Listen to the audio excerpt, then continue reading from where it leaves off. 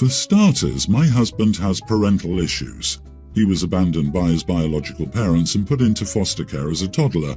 He never had a stable home as he was bounced around different families until he turned 14, then spent 4 years in a group home. When we met, my family took to him very fast. He and my mother, 54, specifically developed a close relationship. For Mother's Day last year, he gave my mom a card and wrote a message thanking her for treating him like a son. He said she was the mom he had always dreamt about having. It was sweet. I never minded him treating her as if she was his mother. However, my mom is very extra. She wants to be involved in our lives a bit too much, which my husband only supports. She loves coming over to cook for us or inviting us to her house for dinner. When our child was born, her wanting to be around intensely increased. I appreciated her help, but being at our house almost 24/7 got on my nerves as I felt she was invading our privacy. I established boundaries with her and told her she could only come over when invited. I didn't invite her over for a few weeks, which upset her. I also declined the numerous invites to her house. She was involved in a serious accident that shattered her leg between Thanksgiving and Christmas. She needed constant care while she recovered, which none of my sisters could provide due to their jobs. After our daughter was born, I became a stay-at-home mom and was expected to care for my mother. I declined and received much scrutiny from both my family and husband. Finally, she had no other choice but to be transferred to a rehabilitative facility. Everything was fine until reports circulated about the facility 2 weeks ago, which resulted in 2 caregivers and the director being arrested. My husband freaked out and said we needed to get her out of there. However, the incident that occurred didn't involve my mother's side. It was the memory care unit. My mom had been treated just fine. My husband got my sisters involved, who of course supported him. I was very adamant that she shouldn't come to our house. The next thing I knew, our guest bedroom and bath had been cleaned up. I again told my husband I was not going to allow this. Lo and behold, he arrives home with my mother. I was absolutely angry. He said it would be fine as my sisters made a schedule to come over and care for her between their work schedules. So great, now I have my sisters invading my privacy too. I told my husband he married me, not me and my mom. I told him to stop bending over backward for her and trying to please her. I expressed how I felt and that he was trying to compete with me, and my mom right now is gloating about that. All he could say was, "This is your mother and you have obviously shown her you don't care." My sisters are livid with me and have said I'm a crappy daughter and could learn how to treat a parent from my husband. My boundaries have been completely violated. Not the idiot, what is wrong with your husband? It's one thing for him to talk to her and send her cards, but moving her into your house against your express wishes is bananas. What is wrong with these people? You are absolutely right to feel like your boundaries have been completely violated. Hubby needs some therapy to talk about his trauma. I totally understand that it makes his inner child happy that he finally found a mom, but this kind of compensation for the lack he experienced is only helpful and healthy to a certain degree, and at this point, he damages you and your relationship for the sake of being a good son to your mother. He is absolutely the idiot for bringing your mother into your house without your permission. Your sisters are also idiots for judging your daughterhood while they can hide behind their jobs and other excuses why mom isn't at their house. But you're telling him apparently isn't going to do you a whole lot of good. All I can suggest is that you focus on caring for your child and absolutely do no more than 25% of the care for your mother, with sisters and hubby doing the rest. Can you please explain why OP has to do no more than 25% of the caring when in fact she should be doing 0% of the caring? She doesn't want her mother there. She told her husband not to bring her there. He went against her wishes and did just that. OP, sit him down and tell him you will not have your privacy invaded, and if she's not out in 7 days, you'll be taking the baby and going to a friend's house. I, 34 female, have 3 kids. A young male, a male preschooler, and a female toddler.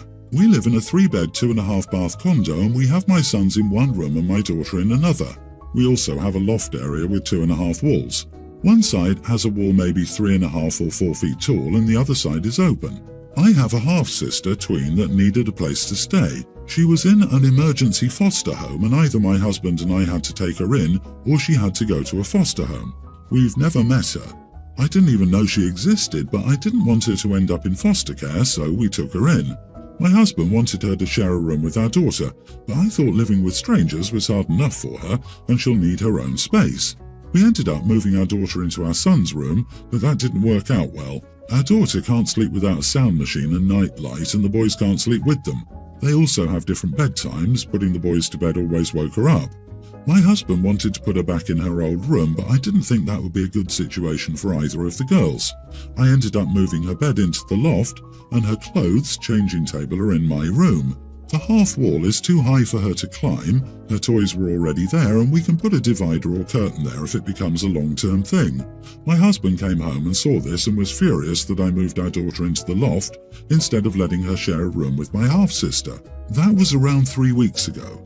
My daughter is fine in the loft. I painted it for her, got some princess wall decals, and organised the toys to leave more room for her bed and everything else I brought from her room. To say my sister isn't adjusting well is an understatement. She's tried to run away twice and she had a breakdown and destroyed everything in her room last week. My husband has mentioned calling the social worker and sending her to a foster home since she got here. However, the past few days have been better. I haven't had to pick her up early from school this week. She's leaving her room for meals and she's starting to talk to me. My husband still thinks this isn't working out. He refuses to let our daughter stay in the loft and says my sister shouldn't be around the kids. I told her if he sends her to a foster home after she's just starting to feel comfortable here, the kids and I are leaving. We've been arguing again because he wants to send her to a home, and he actually said part of the reason is that he wants to get our daughter back into her room. He got his family calling me a bad mom for prioritising some random girl over my kids. Am I the idiot for putting my daughter in the loft to make room for my sister and not sending her to a foster home? You are the idiot. This affects your whole family, and it sounds like you made the decision lightly and without talking to your husband about it. Her presence and behaviour will affect your kids. She's essentially a stranger to everyone, and you have small children. That makes me super uncomfortable. She sounds like she needs way more emotional and behavioural support than typical. Here is a very short list of situations where you can threaten to take your kids and not be the idiot. This isn't one. You are making unilateral decisions that affect him and your children, and you don't get to do that. His concerns are valid. If she is destroying her belongings, trying to run away and having breakdowns, she needs intensive therapy, and I would worry about the safety of a toddler around her. Why isn't the half-sister in the loft room? It would be safer for a pre-tween than a literal toddler. Generally, CPS requires foster kids to have a room with a door lock they, the child, can control. But a toddler should never be in a loft unsupervised. Since her toys were already there, it sounds like she may have had unsupervised loft time before this incident too. So instead, the toddler should be in the parents' room while they search for a new place to live. OP, your intentions are sweet, but your priorities should lie with your husband and your kids. My 29 wife, 27, and I recently had our son. My wife was diagnosed with postpartum depression about 2 months ago, and it's been hard trying to manage for both of us. I started working fewer hours so I could be with both of them more often, and that's been helping. Since our son was born, we haven't been away from him once. We've not had a break, not even having his grandparents watch him while we get a night. My wife will not allow it. She doesn't want to be away from him at all. So much she doesn't even want to use the bathroom with him out of her eyesight. Honestly, I've been dying for a break. Going to work and then being on daddy duty without even one night to ourselves has been exhausting. My youngest sister got engaged about a year ago, and her wedding is in 2 months. We're already planning on attending, but since the birth, my wife has been against this. She doesn't want us to go as it's a destination wedding, and we likely have to leave for at least 5 days without our son. My feeling is that we need to go. This is my family and it's a once-in-a-lifetime event. I know it would deeply hurt my sister if we didn't attend. It would also be good for both of us to get a short break. It may even do some work for her mental health. So last weekend I made it a priority for us to have a full conversation about this. I told her my feelings and suggested that we give our son to her parents for a short while so we could go. She was livid. She said I was prioritising my wants over her obligations as a father, and I couldn't just drop our son anytime I wanted to do something fun. She said that I could go, but she would be too busy being a parent to come with, and that if I go, I better find a different place to stay when I come back. This made me feel guilty, but I'm really not sure if it should. I don't think I'd be a bad dad for wanting to see my sibling's wedding, nor do I think it's fair for her to threaten me like this. Am I the idiot? Not the idiot, But given your wife's attitude, you need counselling now, as in right now, ASAP. If she continues to be like this, she'll wreck the marriage in no time. As to the wedding, I would personally make it my hill to die on. If your wife will not see reason and will not seek the help she needs, you will need your family for support. If she makes this a bigger problem, separate and get legal custody. Your son will need a healthy parent in his life. You are the idiot. 5 days is a long time for a new mother to be away from her child. My wife would never agree to this, although she wouldn't have yelled at me about it. There are so many fears with the first child, and to go from constantly together to nearly a week apart is probably too much for her. Leaving her on her own for 5 days is rough. Yeah, I think the problem is that the wife can't even go to the bathroom without her child. Jumping to 5 days of distance is just not feasible. I hope she's working in therapy about this, though. Not being able to separate for 30 seconds from the baby is not only bad for her, but it will massively screw up the kid. My wife, 41, and I, 43 male, have been married for 15 years and have 3 kids, 20, 18 and a teen. We have some money saved up for all 3 of our kids to continue their educations. This money is not put in specific education accounts. Still, we've always told our kids that this money is for continuing their education in whatever form they want. We're encouraging college since neither my wife nor I have college degrees and wish we could have gone that route. But we've also told our kids if they want to pursue a different educational option, we'll help them with that too. Our oldest is currently finishing up a program at a community college and has an internship which will turn into a job offer immediately after she graduates. However, she still lives at home and we don't ask for any financial contribution for her as she plans to move out when she gets a job. Our 18-year-old is in her senior year of high school, and although she's applied to and been accepted to 3 colleges, she recently told us that she doesn't want to go that route. She told us she wanted to start her own business doing photography. She asked if she could use the money we saved for her education as a jump start to get her business started. We explained to her that the money we saved has always been for education, not anything else. I told her that we would support her in whatever she wanted to do after high school, but that didn't mean we would financially support her. I told her that starting a business is hard and that many people who know more than she does about business fail. I suggested she go the route of her older sister and find a community college that offers photography and business classes if she doesn't want to attend a 4-year school. She said she doesn't want to go that route because she'd rather get her business started immediately and that the money we save for her would be a huge head start for her to use for marketing and equipment. I told her she was free to make any choices she wanted. If she goes that route, then we will not financially support her. If she wants to continue living at home, then we might have to discuss her contributing financially to the household as an adult. I told her this would likely be a token amount to help with housing, food and utilities. She now thinks I'm a huge idiot and that I'm playing favourites with her older sibling because she's pursuing a path that I approve of. She said I'm punishing her for wanting to go her own route in life rather than adhering to one that we'd already laid out for her. I explained that she knows that money has always been for education, not as a lump sum to be used however she wants.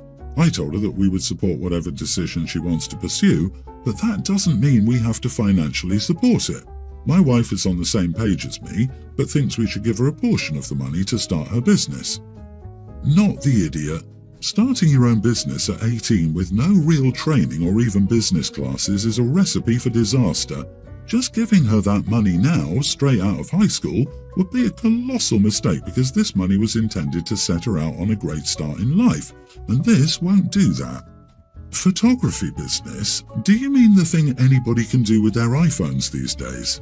Your daughter that wants to start a photography business doesn't even know what she doesn't know yet, and even a certificate in entrepreneurship or small business would be useful. It's not all unicorns and rainbows. I think your offer for photography and business courses is amazing. It's a flooded industry and she needs to learn how to stand out.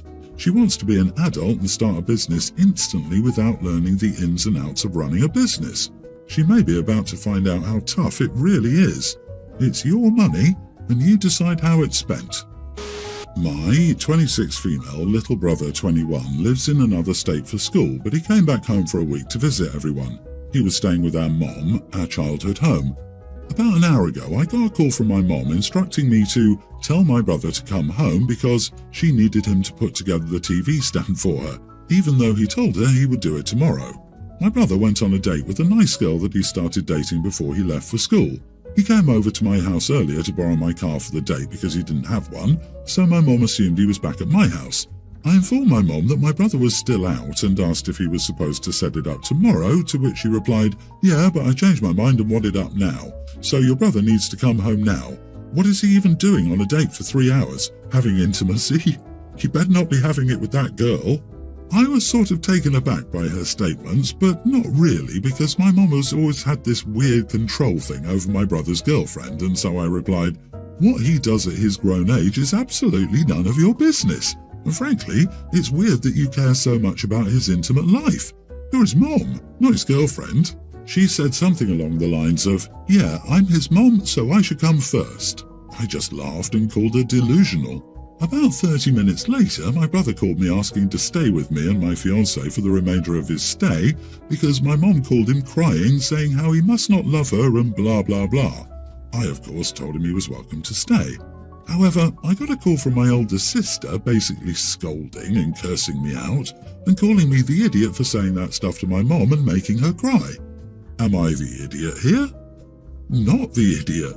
Your mother's idea that she should always come first is pretty freaking toxic. At some point, children grow up and have their own lives. She needs to accept that, but geez, I'm glad someone called her on her crap. She lacks very clear boundaries. Your brother is lucky to have you stand up for him.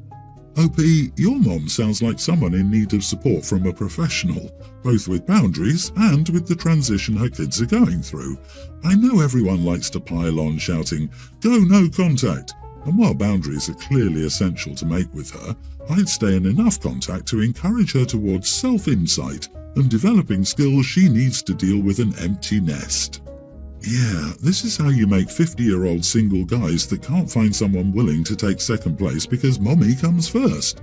OP, your mom has an unhealthy fixation with your brother and needs to cut the umbilical cord. Additionally, your sister is an idiot here because your mother is effectively crying because she was told she isn't the center of your brother's universe. The motivation to cry matters more than the crying itself. She isn't a victim.